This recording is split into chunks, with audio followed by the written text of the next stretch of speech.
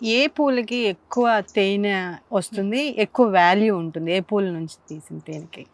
మనకి ఆయిల్ సీడ్స్‌లో ఆహ్, మంచిగానే ఉంటుంది. బాగా నెక్టార్, పాలెన్ బాగా ఉంటుంది. ఎందుకంటే పూలు నంబర్ ఆఫ్ ఫ్లవర్స్ ఎక్కువగా ఉంటుంది అందులో. మస్టర్డ్ గానీ, సన్‌ఫ్లవర్ గానీ ఎక్కువ దొరుకుతుంది దానికి. అది మ్యాంగోలో గూడా బానే నెక్టార్ బాగా దొరుకుతుంది మ్యాంగోలో. ఇంకా తులసి కూడా మంచిగా ఉంటుంది. నీమ్ వేప ఉంది గదండీ! వేప, పొంగామియా, చింత, ఇంకా మనకి ఎవెన్యూ ప్లాంటేషన్స్ ఇప్పుడు మన తెలంగాణ గవర్నమెంట్ చాలా పెట్టింది చూడండి. ఆ రోడ్డు పక్కన ఉన్న పువ్వులన్నీ కూడా మంచిగానే సూట్ అవుతాయి దీనికి. ఇది తింటుంది. అంతేకాకుండా లంబాడి పువ్వు అంటారు చూడండి. దాని నుంచి కూడా ఇది తేనె తీస్తుంది. ఈ చిన్న చిన్న గడ్డి చామంతి అంటే దేన్ని వదలదనమాట అది.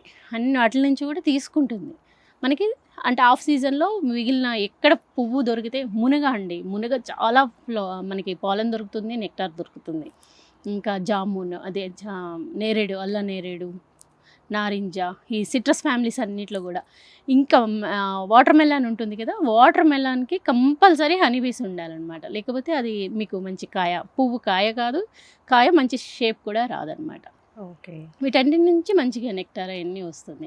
కందులు, పెసలు, మినుములు, ఆయిల్ సీడ్స్ అన్నీ కూడా, అన్ని రకాల ఫ్రూట్స్, తీగజాతి కూరగాయలు ఉంటాయి కదా! కాకరకాయ, బీరకాయ, సొరకాయ వాటన్నిటి నుంచి కూడా మంచిగా దొరుకుతుంది మరి దీనికి. ఓకే.